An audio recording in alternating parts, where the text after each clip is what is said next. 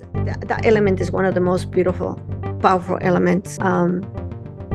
People has been persecuted to have those shut down because that's one of the main connections to the fifth dimension.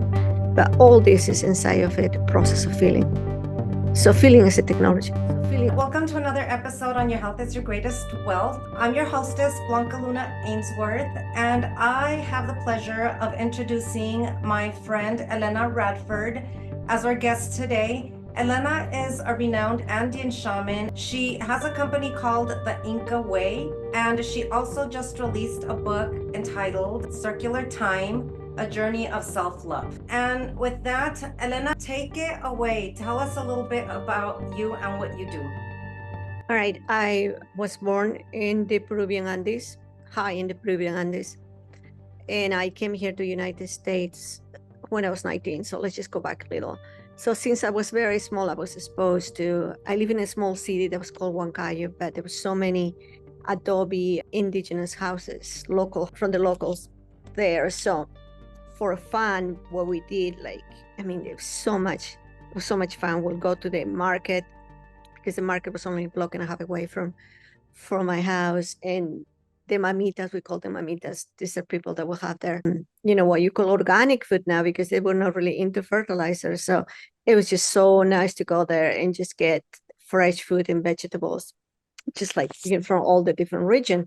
So that was kind of how I was exposed to and because I grew up in a city, my way of being exposed to the ancient natives there was going to the cities and markets and talking to them. And I carry some of that because my father's also has a lot of indigenous blood.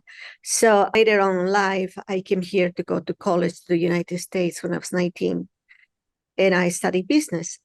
But I think my overall teaching was to be exposed to different cultures, to understand that cultures have their own ways of thinking and believing, and how we can create amazing things or we can limit ourselves. And so besides that, I was born with the ability to talk to people that has crossover. So I will talk to my ancestors as well as I will talk to the energy of the mountains, because that was part of it's kind of hard to explain in our reality, but everything has a spirit. Now I understand it. Everything has a molecular behavior that carry memories. And so I was born with that gift to read the molecular memory of the atoms. And even though it's a language that you develop, like when you speak English, you go to college to improve your English, to write your books. It's the same thing. I have to go through different trainings to improve my ability to tap into genetic records, to read these stories, which I call the stories of love of people, and help them to, overcoming blocks and limiting beliefs is part of it. But the big picture of it is help people to fulfill their potential. So that's what I do when I work with my clients, and everything is guided by spirit, or I channel light beings that will help people.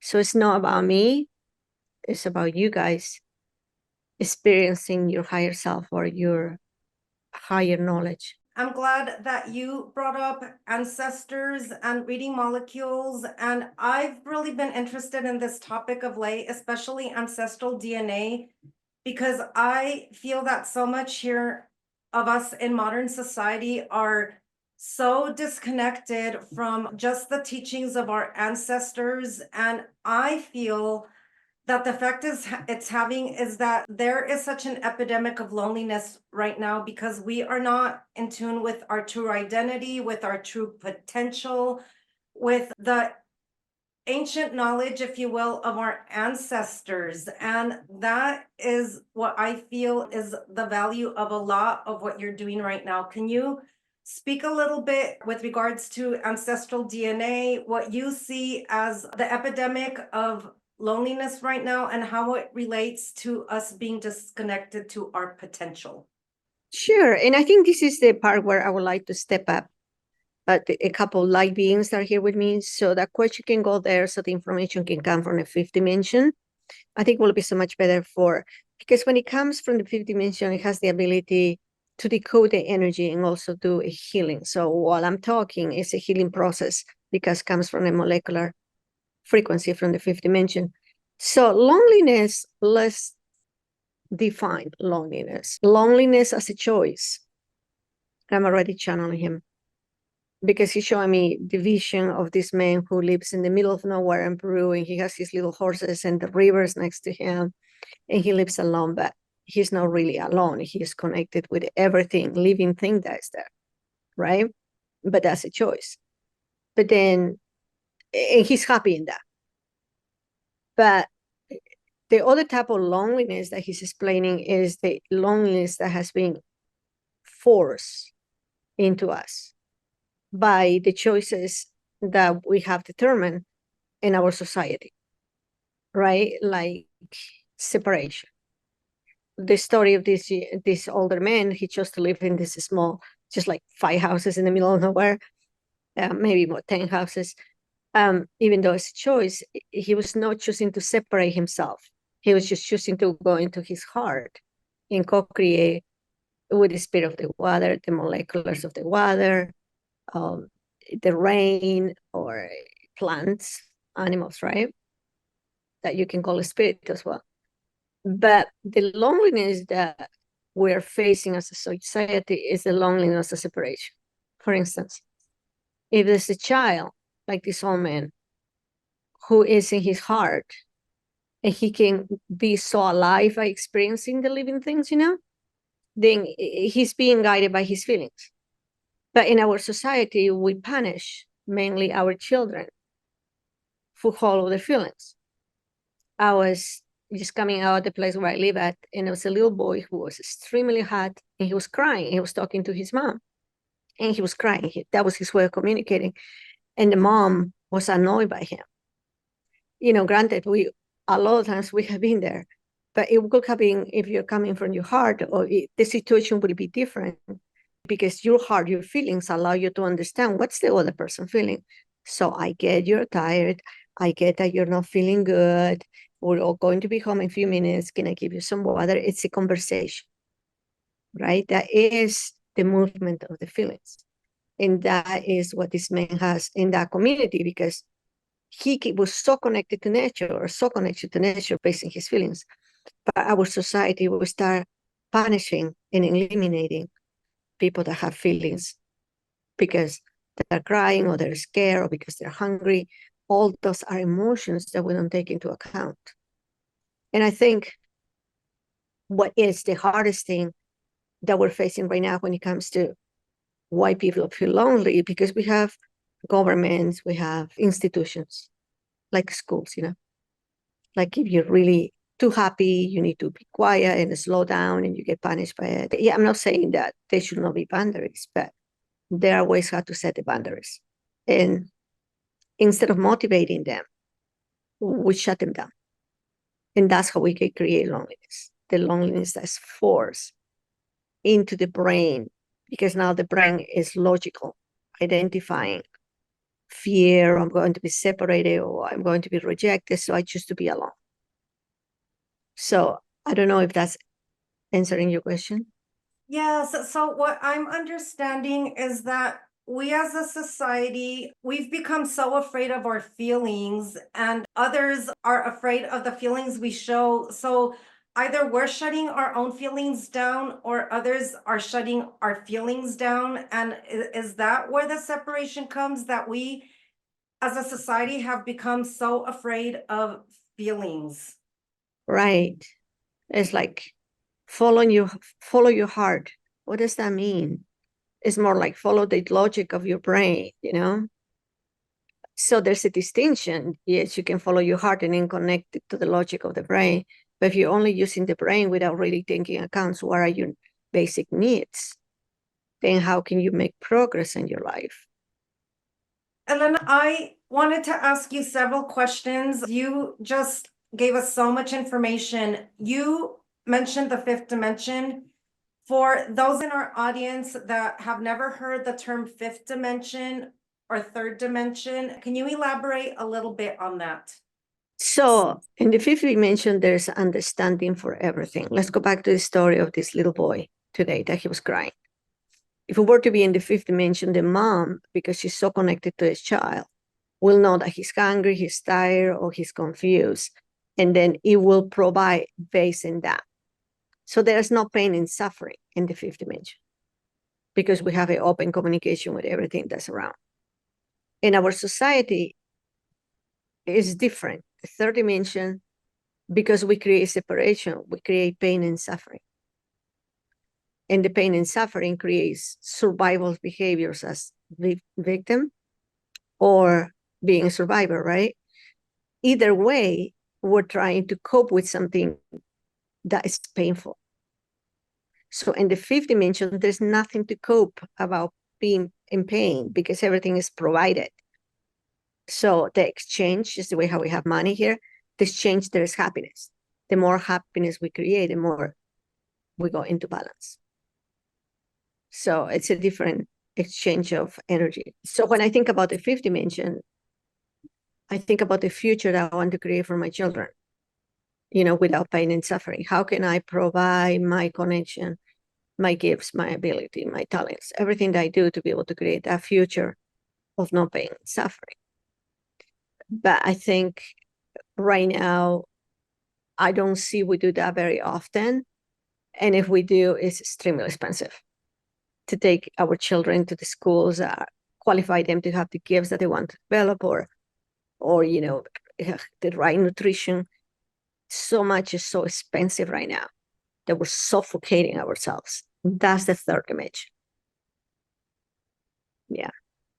And what I wanted to ask you in relation to that, you mentioned the word energy. I, for one, also believe in the power of energy and frequency and vibration. And what I see is that we are living in so many low vibration energy right now. Fear is one of them. As you mentioned, everything's so expensive. People have a mentality of scarcity instead of abundance. People have so much fear, which are all low vibration emotions that I feel keep us stuck in the third dimension. Mhm. And what I would like to see, what I hope for, is this world where we are in fifth dimension, where we do vibrate at higher energy, where we live in abundance, where we live in generosity, where we live in just doing good for others. And if that sounds utopian, this other world, then I do think that is what we have to aspire for, because this low vibration world where we're all living, where there's so much pain, where there's so much suffering, where there's so much sense of lack, scarcity, I can't afford this, I can't do that. Like you said, I just think it is so much separation, we're not connected. How do we get to that higher vibrational energy of the fifth dimension? It's very simple. It's through the energy of self-love. And my book that we just got published 2 weeks ago talks about that. It's the journey of self-love. And how the book starts showing it's called Circular Time, the journey of self-love. And the beauty about the book is that it teaches you, I start sharing my experience in my childhood, what it was fifth dimension, what was the third dimension. And the behaviors of victim and survival are third dimensional behaviors. And self-love is the fifth dimensional behavior. How do you do that? That's by seeing your value, encourage yourself to see that you play important role. It's bigger than that. Let me ask my light being. It's understanding that the feelings are the gateway to go into the fifth dimension. It's not the physical body, it's how you feel. Because the physical body is just a hologram. That's it. It's not really real. But you can change those frequencies in your body through the energy of self-love, which is the essence of the particles and the molecular behaviors. Yes, that's what we do. Mm-hmm. And I have heard you speak about your beings before, those that you channel. Would you like to introduce them to us? And they are the ones who wrote the book, because the book is a channel book. I'm talking about their story that started 15,000 years ago. How do I got connected to them? It's because I was looking for the cure for my son, because he was born with depression. And as you know, any emotion related to depression, anxiety, or stress, there's a trigger for it. And I was looking for what it is, right? And I didn't know that there were past lives. I didn't know that people actually work in another realities for us to go into the fifth dimension. So they share their story in the time of Atlantis, why were we at, why is happening, what's happening to us, with their personal stories. They share their personal stories. And I think that was the most amazing thing by writing this book. And that's why this book is so special. Because we can say, yeah, there's a lot of contaminations in Atlantis, but we don't know the stories, personal stories of people. And this is the first time that I actually was able to witness and see how it felt to be there. And it really takes you through ups and downs, but at the end, the book is for you to awaken your potential. Yeah. Elena, can you expand a little bit on the entire concept of potential? What is it that we as a society are missing? Why is there depression? How is potential tied to that? Potential is realistically connected to the DNA behavior, to your DNA, to your particles. So self-expression, which is one of the qualities that we all should have, that has been eliminated pretty much because we're just following rules constantly and we're not really following our hearts. Self-expression has a specifically, just to give you an idea, has a tiny little code in the DNA. It's like coding, engineer coding, you know how they code and they have a specific type of coding. It's in the same way. Self-expression has a little coding inside of the human DNA. And so if you recharge that coding, because I have seen them seeing it, then your behavior changes. So every time that things are activating or are open into action in your body, those behaviors start opening up. So to me, self-potential is when you have all these tiny little codes inside of you, helping you to focus into the future, what you're going to create to be happy, instead of focusing in the past. Because the past, your brain is trying to find the solution, but it's not going to be able to find it. These are the tiny little codes in the DNA, like self-expression, self-love, that would redirect the new possibility to create a reality that you're looking for to fulfill the potential that you have. And it's just so beautiful because there's one code that's called the 5 points of power that I get to talk into the book about it and why that is so important through time of history in the human makeup of the DNA. And so that element is one of the most beautiful, powerful elements. People has been persecuted to have those shut down because that's one of the main connections to the fifth dimension. But all this is inside of it, the process of feeling.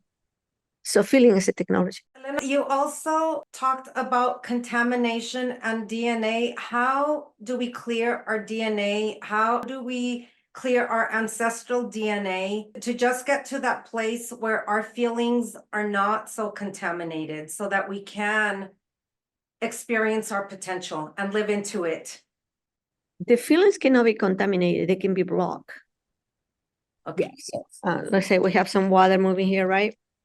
So this is a feeling because feelings are constantly moving. Okay. But I can put a lid on top of the water and then the water won't move. So the water won't be contaminated, but it will be blocked. So what I call contamination is whatever is placed there. So the feelings don't move, the emotions don't move. So when you release the lid or whatever it is that's stopping the movement, then you can be expressive, you can be who you are. So those leads or whatever stops the movement of your body those are the contaminations. Mm-hmm. So the blocks are the contaminations? Mm-hmm. Okay. I also wanted to ask you something else so that I don't forget. You mentioned that the body is just a hologram. I believe that. Some of us believe that The Matrix is the best documentary that has ever been made. For those of us that do believe that our existence is a hologram. Maybe we're living in some sort of a simulation, that all of us are just part of this experiment. Is that anything that you or your guides can speak to? Right. When you look at pencil, I like the yellow pencils. I don't know who they're made by, but they're my favorite ones, the yellow pencils. Mhm. And so Sharp, when the yeah, sharp pencils? Okay. I I remember love those from school with the little erasers. yes. And for somebody to create that, had to have an idea, right? And the idea came first, and then the process of creating, then and it came into reality, right? But in the beginning, so the reality is a hologram. It's a molecular hologram, but somebody had to have the dream. So we're the dream that's having a hologram experience. Is that making sense? So are we all just part of a dream? Are we dreaming ourselves into being? If so, my lead up question is that why visualization is so important? Because your mind creates. Are we creating worlds with our mind? I mean, did the pencil exist in someone's mind and then manifest as a hologram that the rest of us can now maybe physically touch? Did the molecules come together to give us a physical pencil? It's more like, so I'm having the dream that nobody respects me. I'm having the dream that nobody will respect me. So the next day I'll have 2 or 3 different people that are going to act in that way. So I'm having the dream that my body is sick. So possibly because I'm expressing that to the universe, I will get sick. Right? So who is having the dream? The molecular behavior, the memories in your cells. That they decide to have a dream that's going to be a body. But on top of it, to keep moving forward, those molecular behaviors will have a dream that is going to maintain your energy or is going to give it to somebody else. And so if you're choosing that, he wants me to make this clear. If I'm choosing right now to feel that I don't have any value, then your molecular behavior will connect to the universe, and the universe will give you that experience because it's a dream. But if you dream that you can go in the future, right? Because you can travel to time and space. If the molecular behavior has a dream that can travel to the future to be able to generate water, to have enough oxygen in the body, and then that way have a strong immune system, that's the reality it's going to create. And people don't get sick. So is the molecular behavior that we have in our body that is determined the experience that we want. So the type of work that I do as a shaman through my lineage that comes through the Mu people is to teach people to have dreams and the molecular behavior that is going to connect to something that is useful for them so they can keep for themselves. Because the moment that you declare that you're not representing love, what are you representing? What's the dream? The dream may be that you're representing hate. So you're going to hate people, diminish people, push people, make fun of them to take their energy, because if you're not love is not going to come to you. So you need to take it from somebody else. So your body, your memory behavior will become a bully. It shut down others. So that is the distinction between the fifth dimension and the third dimension. When your body is in a molecular behavior and intelligence of love, you are creating with the universe in a way that you're going into expansion. If we're creating an energy of the victim, therefore I should blame everybody else. Or I have to survive, therefore I need to gain the energy from somebody else to live those realities. It's not, that's the third dimensional world. So my teachings through the book, in a very gentle way, maybe don't even go into deep the way I'm saying it. Actually does. It really takes you into analyzing why are you choosing for yourself. If you're choosing love, then that's beautiful. But if you're choosing other things, there's not a guarantee that love will come and help you. you have to learn to love yourself. Is that making sense? It does. And I really, really am glad that you say that. How I envisioned everything you were saying is, so we need to dream better dreams. And that is the fifth dimension. And how I see it relates to the third dimension for people that don't understand energy is we need to have different mindset. This is all mindset work. You have to think positive. Your attitude has to be positive, and manifestation is definitely part of it. Whatever you think, that is what grows.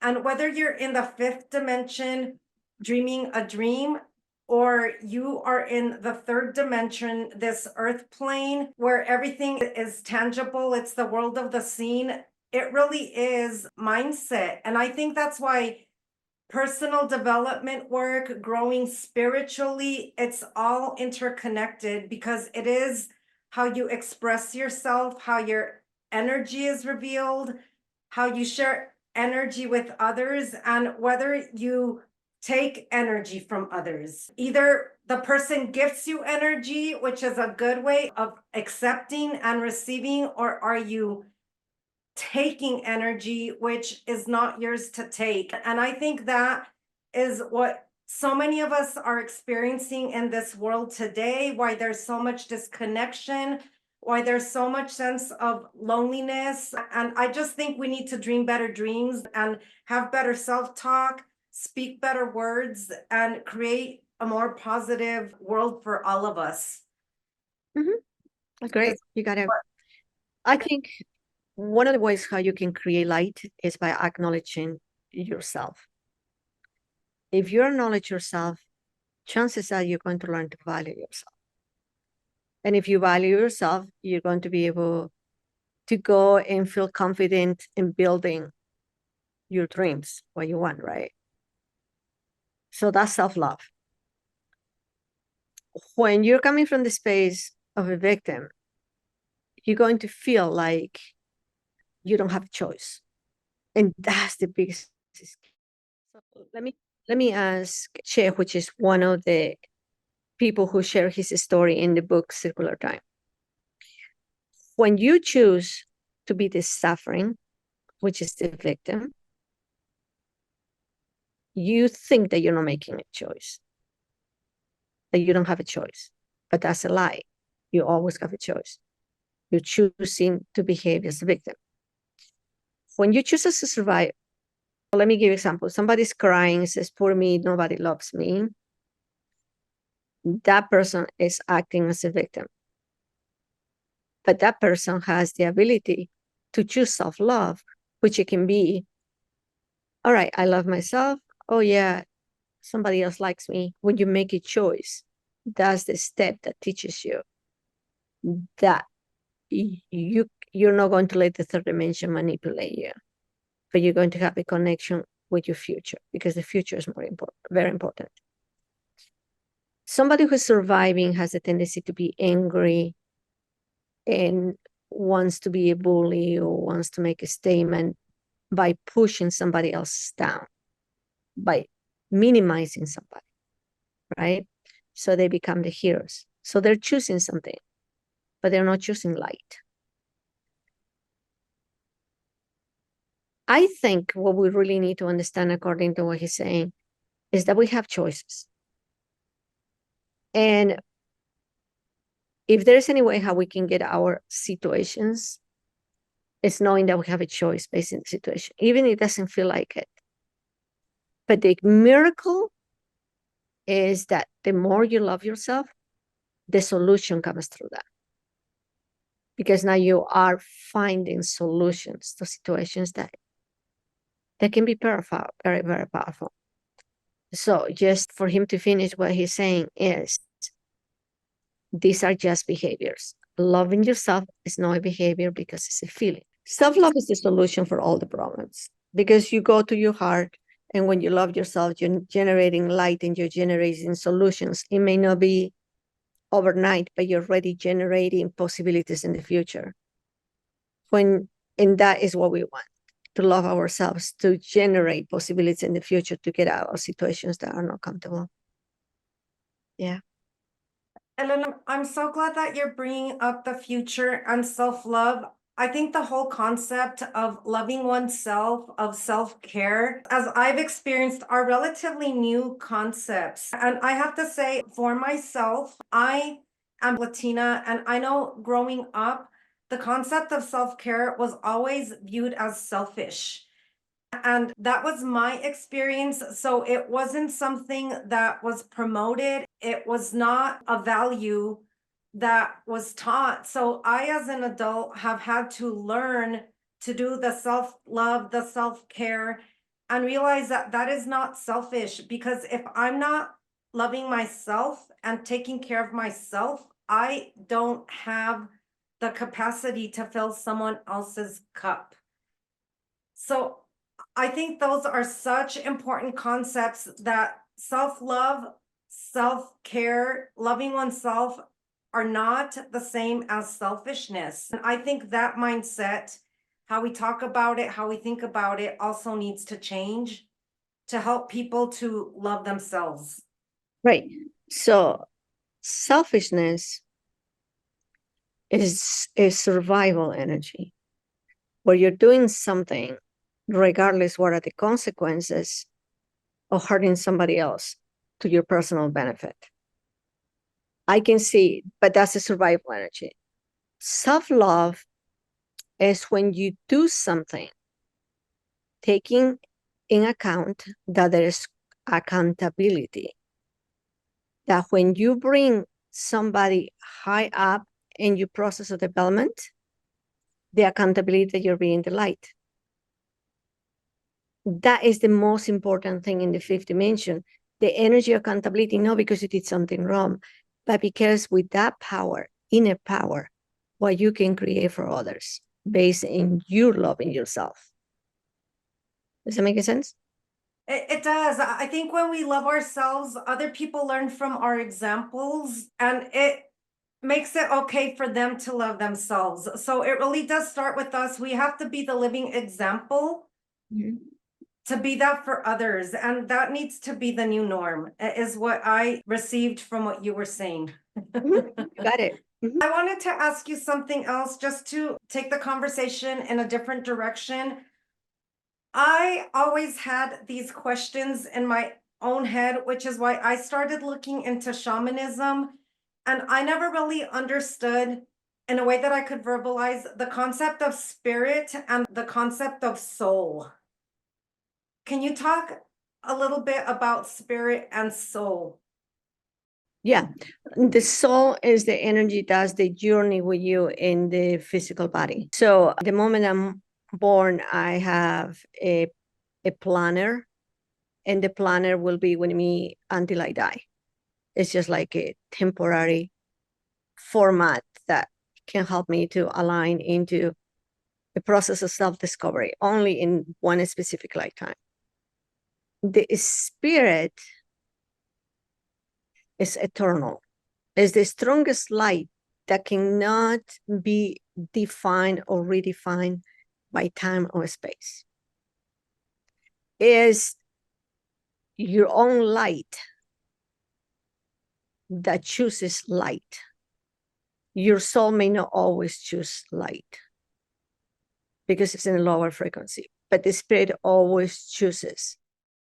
Okay, let's say this is a bottle of water, right? And I had this whole container of water, and then I fell down, this being the spirit, and I fell down, and most of the water went out.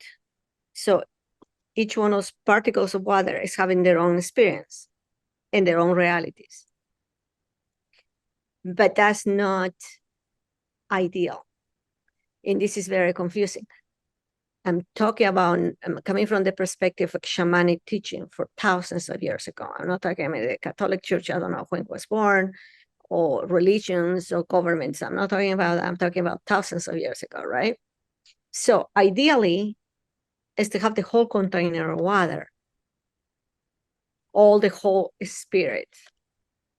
And so what we have been doing, there was explosion in the universe, which created for the water to spill. So what we're doing in a molecular level is bringing each one of those parts that fell down, is having a different experience, because a lot of those are not really good experiences, and integrating them back into this, so we can have only spirit experiences, no soul experiences. So that's why the fifth dimension, that's what's the promise of the fifth dimension, that we are going to be all full and complete there. We're not going to have different past lives. It's going to be only one. But that's a little deeper. I'm sorry. I don't know if I confuse you on that. No, I love this conversation. And so what I got from you is that spirit is timelessness. And this is where I started just kind of questioning for myself what the difference of spirit and soul was, is through different traumatic experiences I personally went through, I felt like my soul was fragmented. So I went through a soul retrieval to collect parts of my soul that I felt were fragmented. And that's when I started asking myself, well, if my soul is fragmented, what is spirit? How do I collect pieces of myself together so that I don't feel so fragmented? And to bring it back down to the third dimension, because I know talking about soul fragmentation is also a higher level conversation. I liken it to cognitive dissonance. Like, you have a traumatic experience, and to survive it, you somewhat have to disconnect just to experience it. And I know lots of people who have gone through traumatic experiences talk about that cognitive dissonance. For me, I've experienced it in a positive way as well, not just through trauma, but I'm a long distance runner. I run marathons, and the similar experience, that disconnect, that dissonance, is actually called flow. And to me, cognitive dissonance through trauma, or flow through an experience of running a marathon, where you're like this observer of your body, seeing yourself having the experience. To me, it's real. I have had both experiences, the trauma experience with the cognitive dissonance, the flow experience, and the soul fragmentation. And so for me, it just really made me interested in the concepts of soul and spirit, because I don't really understand all of it yet. And I find the whole conversation very interesting. I want to understand it better. Sure. Okay, so can you have an out-of-body experience because you're so excited because you're running a marathon? Yeah, of course. Your spirit gets out of your body because it needs to have that expansion, because your body has the limitation. So it needs to go out and have that amazing expansion. Yeah, shamans do it. The ancient shamans would go and tap a rock and have experience going to Venus or Mars and walking through the spirit in those areas and seeing how is the molecular behavior there. I get that. There's another situations where parents hurt their kids physically so bad that they have so much pain that the body is too much for the spirit. So it rollercoats for a little while, and then that's where we ground ourselves, because we're in a stress anxiety. With spirit, yeah, there's different ways how we can express the different movements of energy in our body. But I think what I'm trying to say is that the little what's left of water of the spirit is what's traveling through time, recollecting every soul experience to bring it back into here. But the spirit will manifest in so many different ways to support you in everything that you want. Yeah. So the work that you do with clients, is this something that you focus on? I know you mentioned that your journey started because your son was dealing with depression, and that took you on your path to start working in this shamanic space. And now it's not just your son that you've helped, you help clients. Walk me through what it is that you do. Everybody's different. If you want more information about that, you can go to my website, which is a great resource of information. But mainly, the basic work that I do is release blocks and limiting beliefs and create new behaviors, new realities with new frequencies of the fifth dimension, like happiness, integrating those energies that are missing in the body. Basically, that's the big picture. I mean, that's very small way of saying it, but it is, everybody's so different, and it can It can come in a completely different way. Now, I just want to be clear that most of the work, I don't do it.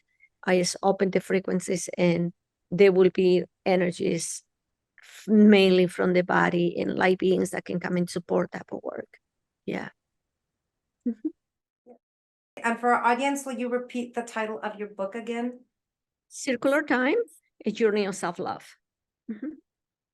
Elena, I wanted to ask you one last question. I know through listening to several of your other interviews that you talked about having studied sacred geometry, multidimensionality, past and present as frequencies. Can you speak a little bit to that? Yeah, to me, I like to make it very simple, Han. Sometimes when we use these terms of hologram, secret geometry, it feels like a little hour overhead. But I kind of want to just say that our feelings create those holograms. Our feelings create those realities in the future that can be created. Everything is based on how you want to feel. Remember, feelings are positive. There are negative emotions. That's not including that. But they can be holograms into, let's say you want to be the best mother ever created. So you go into your feelings and you talk to the universe, and together there is a polyvisibility that is a hologram of feelings that create to support that to you through the journey of being a mother. So in the ancient times, it was very simple. Place your intention what you want, go to your heart, and ask the universe to support you in that. And that's how I do it. That is such a great way to end our chat today. Thank you. Thank you. Are there any parting words you would like to share with our audience today? Yeah, I think right now, if we want to transform the world into a better world, it's very important you can recognize your self-value. Why are you valuable, and nurture that and love that about yourself. That's the message. Thank you, Elena. You're welcome, hon. Thank you. And thank you, audience, for being with us here today on another episode of Your Health is Your Greatest Wealth. Thank you.